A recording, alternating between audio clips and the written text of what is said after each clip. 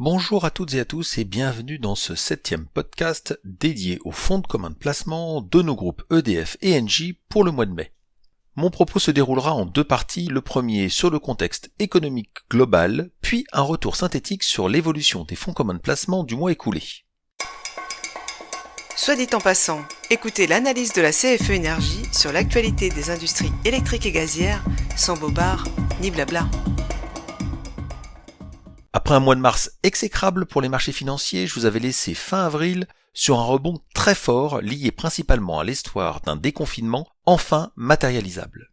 Celui-ci a heureusement eu lieu le 11 mai avec une reprise de l'économie très partielle puisque des pans entiers de l'économie n'ont toujours pas repris une activité normale à ce jour.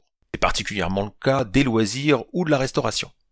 Les derniers chiffres annoncés par le ministre des Comptes publics font apparaître une récession impressionnante de 11% en rythme annuel, ce qui annule presque la croissance des 10 dernières années pour notre pays. C'est tout simplement historique en si peu de temps. Parallèlement, la dette publique de la France va gonfler à 121% du produit intérieur brut et le déficit budgétaire va se creuser de 11,4%. On est très loin des 3% des critères de Maastricht édictés avant la crise. Tout ceci laisse augurer une année extrêmement compliquée pour les entreprises qui ont eu un recours massif à l'endettement pour passer cette période et risquent de peser sur les investissements futurs. Pourtant, les marchés financiers ont continué leur remontada avec une belle hausse du CAC 40 en mai.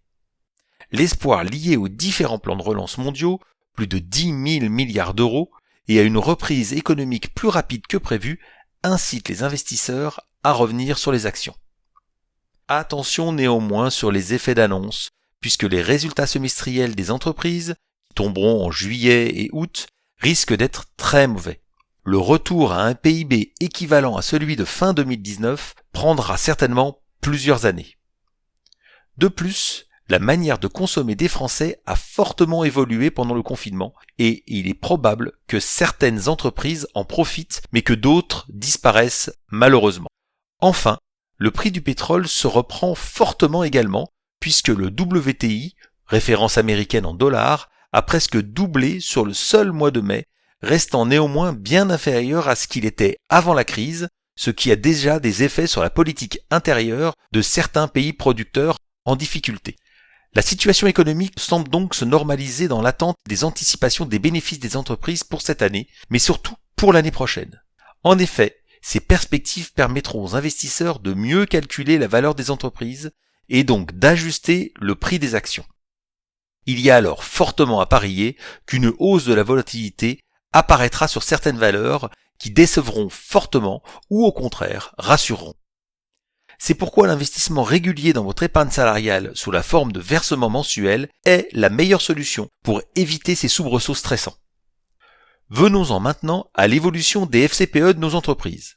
Le mois de mai a été très bon pour les différentes actions mondiaux. La plupart des indices reprennent entre 2,5 et 3%, le CAC reprenant pour sa part 2,7%. Cela permet à certains fonds de notre épargne salariale d'être à nouveau positifs sur une année glissante, c'est-à-dire depuis fin mai 2019. Ainsi, les fonds principalement constitués d'actions progressent de plus de 3%. C'est le cas d'Épargne Croissance, d'Action Monde ISR ou de Perco Action Engie.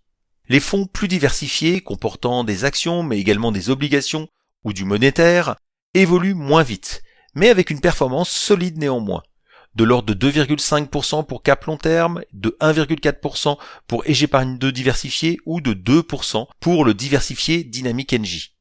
Le monétaire reprend sa timide baisse habituelle, puisque les taux des banques centrales restent extrêmement bas et ne permettent pas de rentabilité sur ce type de produit.